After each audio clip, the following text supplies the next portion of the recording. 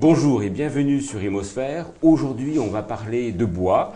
La France étant en position de tête avec plus de 16 millions d'hectares de massifs forestiers. Le bois, c'est à la fois pour se chauffer ou pour construire une maison individuelle. Pour répondre à toutes les questions qui nous intéressent, eh bien, j'ai invité Michel Perrin. Bonjour, Monsieur Perrin. Vous êtes directeur opérationnel du Comité national pour le développement du bois. En quelques mots, comment vous pourriez définir la filière bois en France ?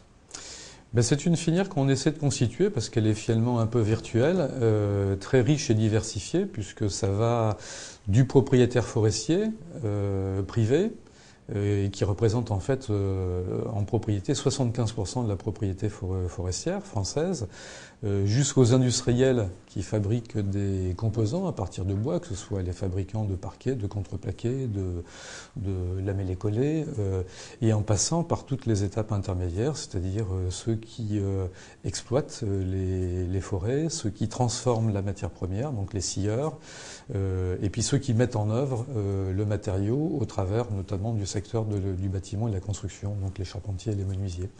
Donc beaucoup de diversité de métiers et qui rassemble, alors selon les chiffres, on évoque depuis un certain temps une quantité d'emplois relativement importante, plus de 400 000 emplois, ce qui serait supérieur au nombre d'emplois développés par exemple l'activité de l'industrie automobile. Donc ce chiffre est amené sans doute à augmenter dans les prochaines années si le secteur est en pleine croissance.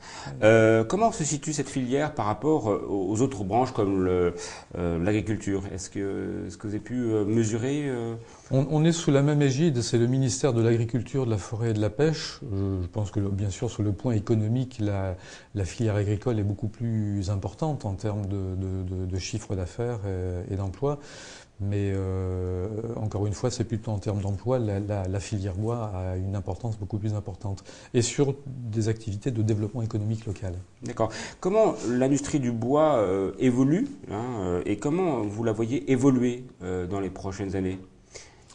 Elle est en train de... Il y a un travail de recherche et de développement permanent. Beaucoup d'innovations technologiques dans ce matériau, parce que si on pense surtout au secteur d'activité qui est fortement consommateur de bois, c'est-à-dire le secteur du bâtiment, le secteur du bâtiment exige aujourd'hui des matériaux qui soient un matériau qui soit homogène, conforme à la réglementation, et qui a amené les industriels à travailler sur l'homogénéisation de ce matériau. Donc on utilise bien sûr encore du bois massif, simple, mais beaucoup de bois recomposé pour maîtriser cette matière de manière à ce qu'elle soit en conformité avec les exigences réglementaires de la construction et avec les attentes des constructeurs. Donc il y a beaucoup de recherche et de développement qui se font actuellement. Elle sort, je dirais, elle rentre dans l'industrie. Le bois est très utilisé dans la construction. Pensez-vous que cette industrie va subir la concurrence de d'autres produits, comme les matières plastiques, et éventuellement une baisse des constructions avec l'activité économique qui n'est pas extrêmement... La baisse, effectivement, le secteur de la crise actuelle a une incidence directe sur l'immobilier, donc forcément sur le bois. J'aurais pas situé le plastique comme étant le concurrent principal. Aujourd'hui, dans les réflexions environnementales, dans ce qui se passe sur les suites de l'environnement, les matériaux plutôt dits naturels et surtout, enfin naturels, tout est naturel, mais bien sûr, mais plutôt les matériaux renouvelables sont mis en avant. Et donc le bois fait partie de ces matériaux renouvelables, c'est-à-dire qui, en l'espace de 60 ans et 80 ans, peuvent être à nouveau disponibles sur le marché. Donc la baisse d'activité, d'ailleurs on le sent,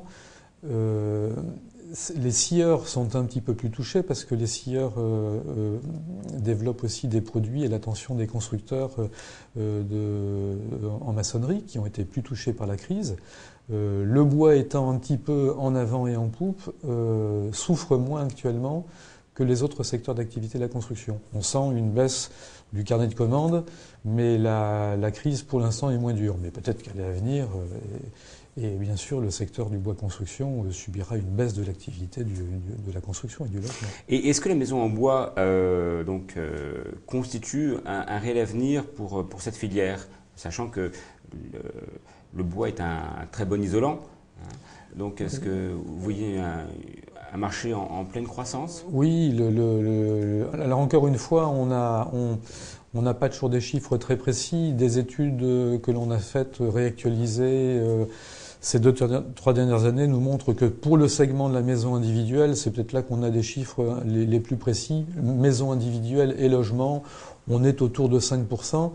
C'est-à-dire qu'on n'a pas beaucoup bougé en pourcentage depuis une dizaine d'années. Mais étant donné que le segment du marché de la maison individuelle, toute construction confondue, a baissé, puisqu'on l'on construisait, par exemple si on revient aux années 1970, c'était plus de 240 000 ou 250 000 maisons individuelles en secteur diffus. On était à 150 000 maisons individuelles ou 170 000 maisons individuelles dans les années 2004-2005.